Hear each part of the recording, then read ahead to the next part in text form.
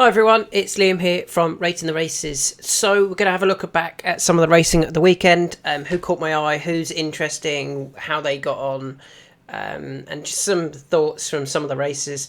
And we'll start off looking at a couple of juvenile hurdles where Paul Nicholls introduced a couple of French-bred imports, Cabral du Matin and Caliph de Burle.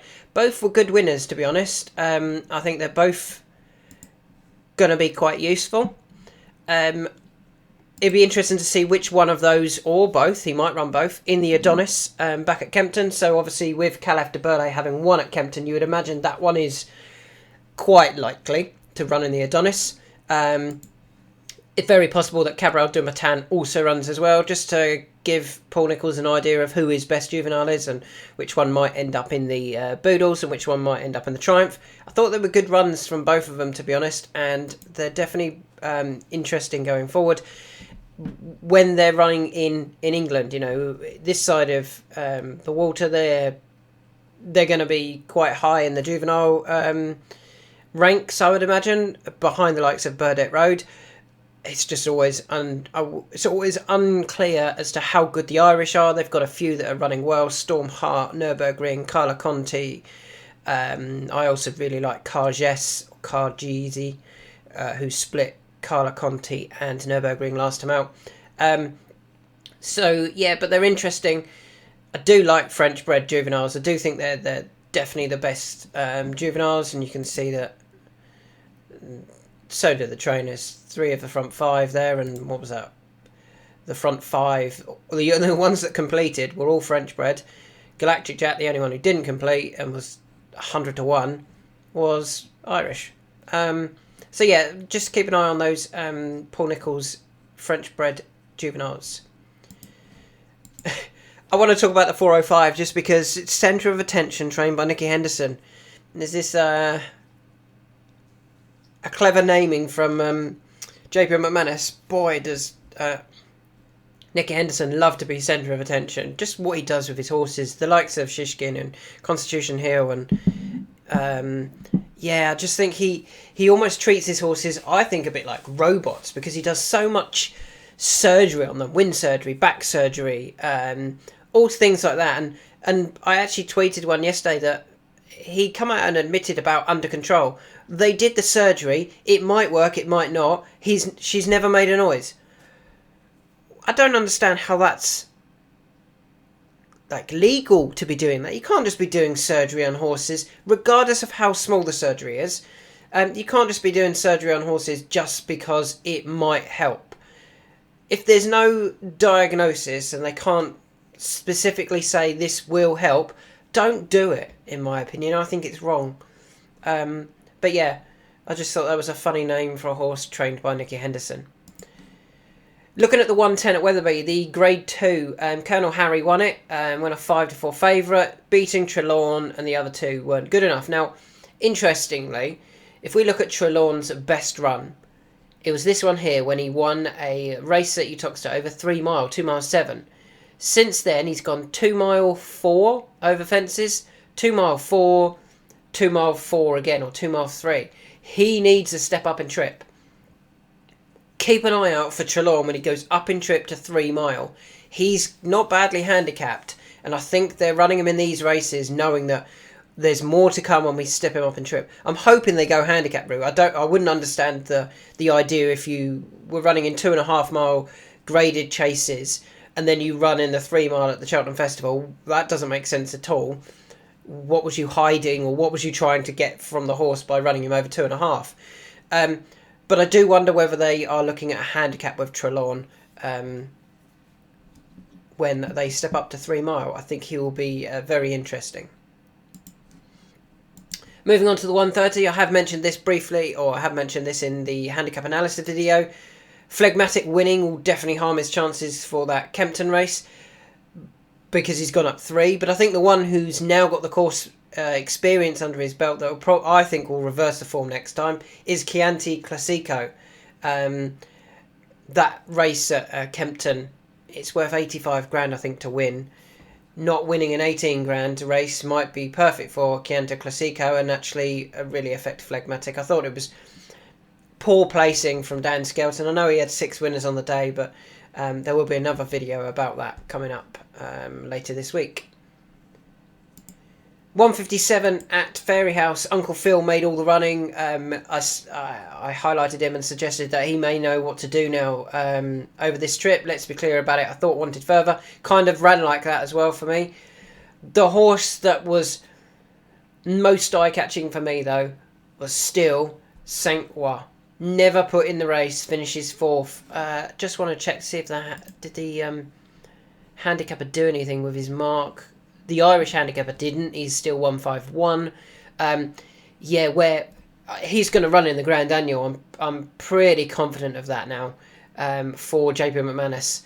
And to be honest, I actually said this was a race that JP likes to try and get his horses down. He did it with Andy Dufresne last year or the year before.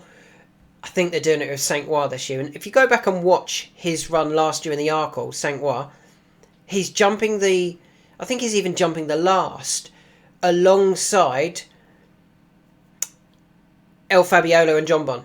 And they just go away from him. But they're Grade 1 horses. Saint Ouen at Cheltenham isn't far off a Grade 1 horse, to be honest. And if he runs in that Grand Annual, yeah, he's gonna go very, very close. I'd love to see a load of them do it. Nube Negra, Editor de Gite, Saint Ouen all try and win the Grand Annual. Instead of the Grade 1, which they're not going to win. But then you'd have 3 different trainers all trying it. Gary Moore, Dan Skelton and Willie Mullins. And I think, to be honest, if I was to pick one of those in a handicap, I'd still be going for Saint Ouen. I know I'd probably have to give away weight to the other two. But yeah, Saint Ouen I think would beat them, particularly with that Cheltenham form under his belt. So keep an eye out for Saint Ouen for that Grand Annual. He's not the biggest price already. People have spotted him. I think he's about 10s for it. 207, the Grade 2 over 2.5 mile. What do we make of Edward Stone? I don't know what you're going to do with him now. He's not good enough for 2 mile.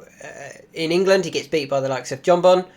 And 2.5 mile, he clearly isn't good enough for 2.5 mile either. I don't think these were the strongest 2.5 milers. Janadil, Pictory, Banbridge. I think there's better 2.5 milers than those 3. And Edward Stone just clearly isn't good enough.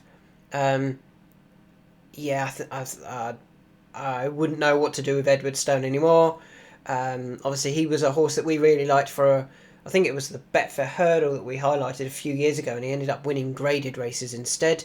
Not winning a lot of prize money that day, that year though, when could have certainly won a lucrative pot. I think it was the Betfair Hurdle, it might be the County Hurdle. But yeah, I don't really know what to do, and I don't know if you just heard that. That was my dog making that noise, not me. Moving on to the Grade 2 over 3 mile. Grey Dawning beat Appleway and Broadway Bob. The Changing Man back and forth. Probably the one to take out the races is the Changing Man when he goes handicapping. I mean, he did split Grey Dawning and Stay Away Faye. He beat Grey Dawning that day when he finished second at Exeter. That's probably the form that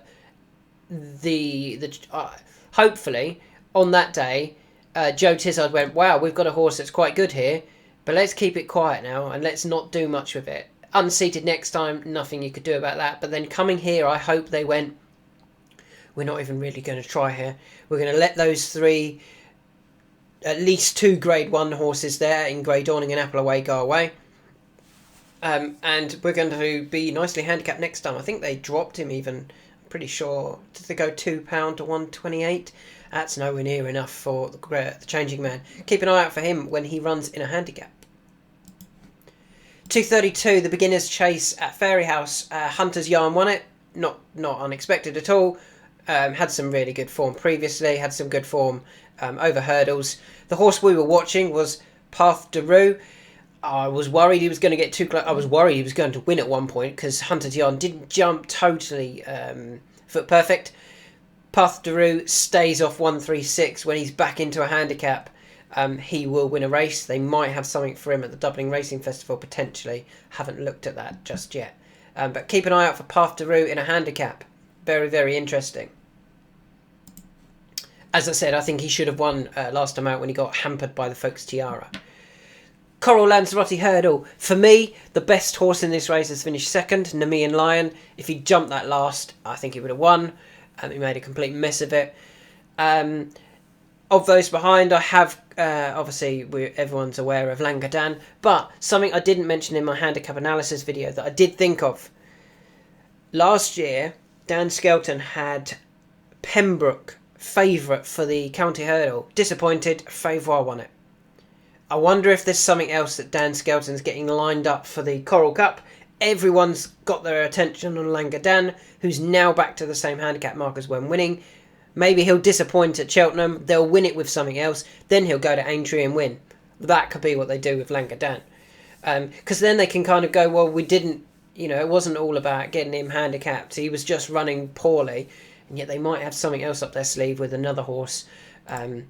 So keep an eye out for what else Dan runs in the Coral Cup.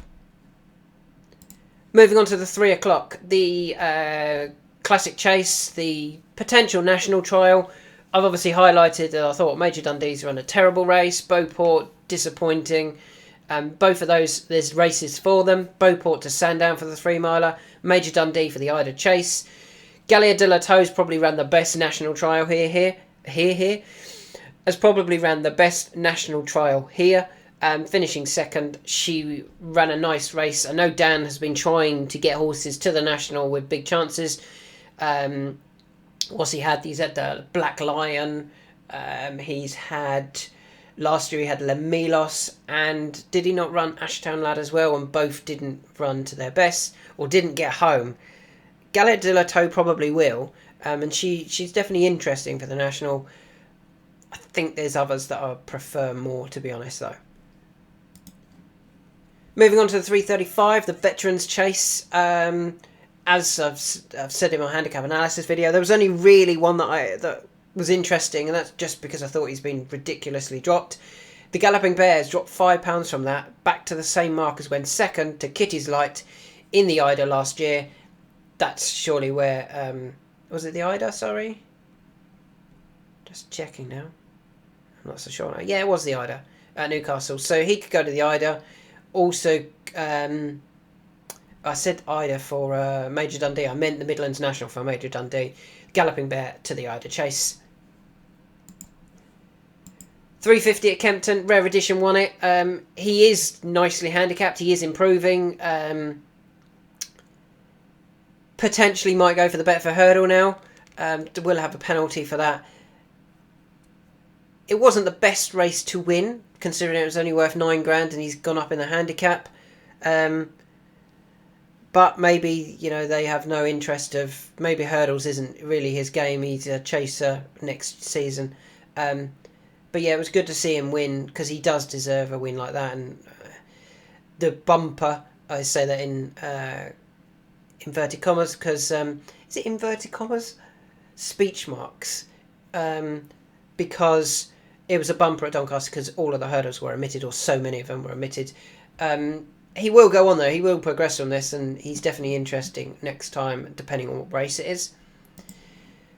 Moving on to the 405 at Warwick. Now, if you look at the R figures for those on the right hand side there, Clap of Thunder 136.5, Jack Black 141.8, who's that? Hartington 137.9. They're quite good R figures.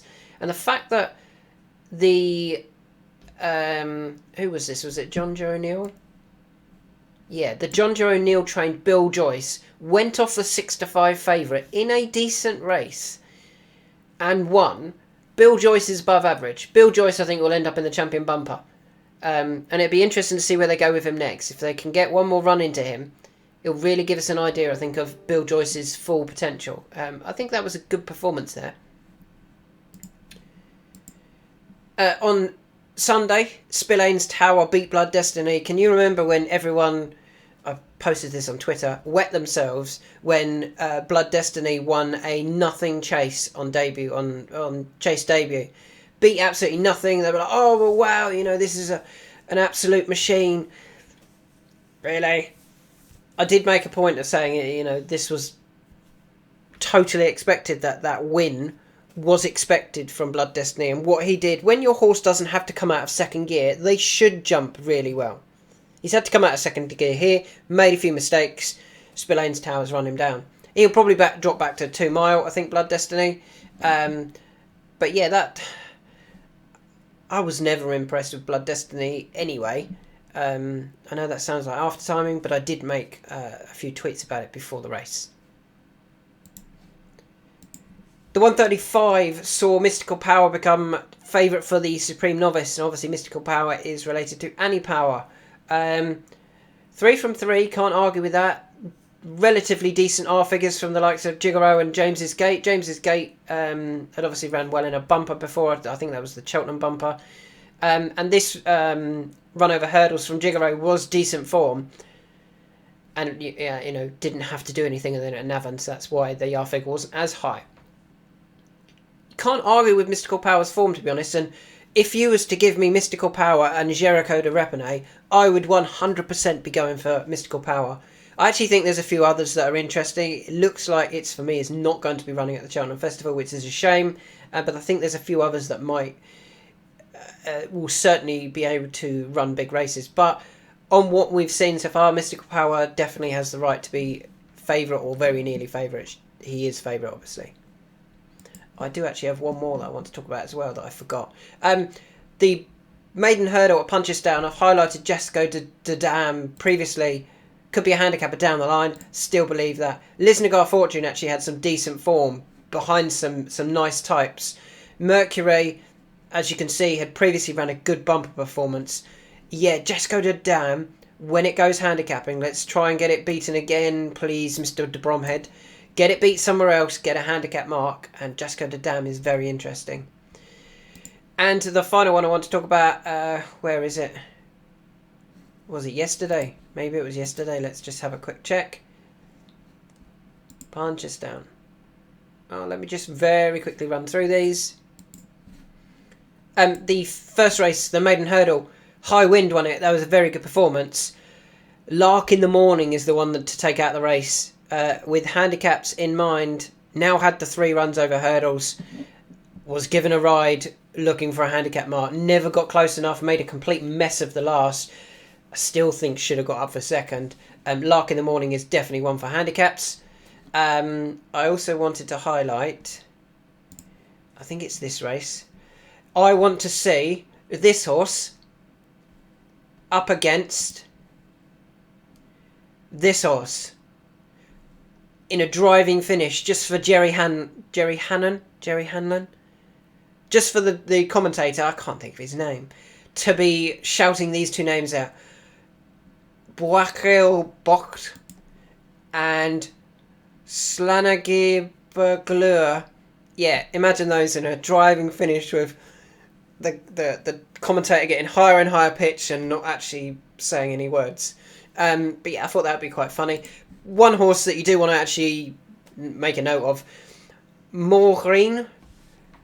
I don't know how to say it. I know Icy has put a tweet up saying how you should say it. I haven't actually seen that. I don't know.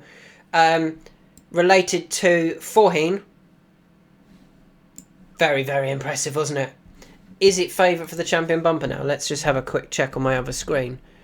I thought this was a very, very impressive performance. I know it has beaten nothing, but to be fair to it, it ran away like the others were.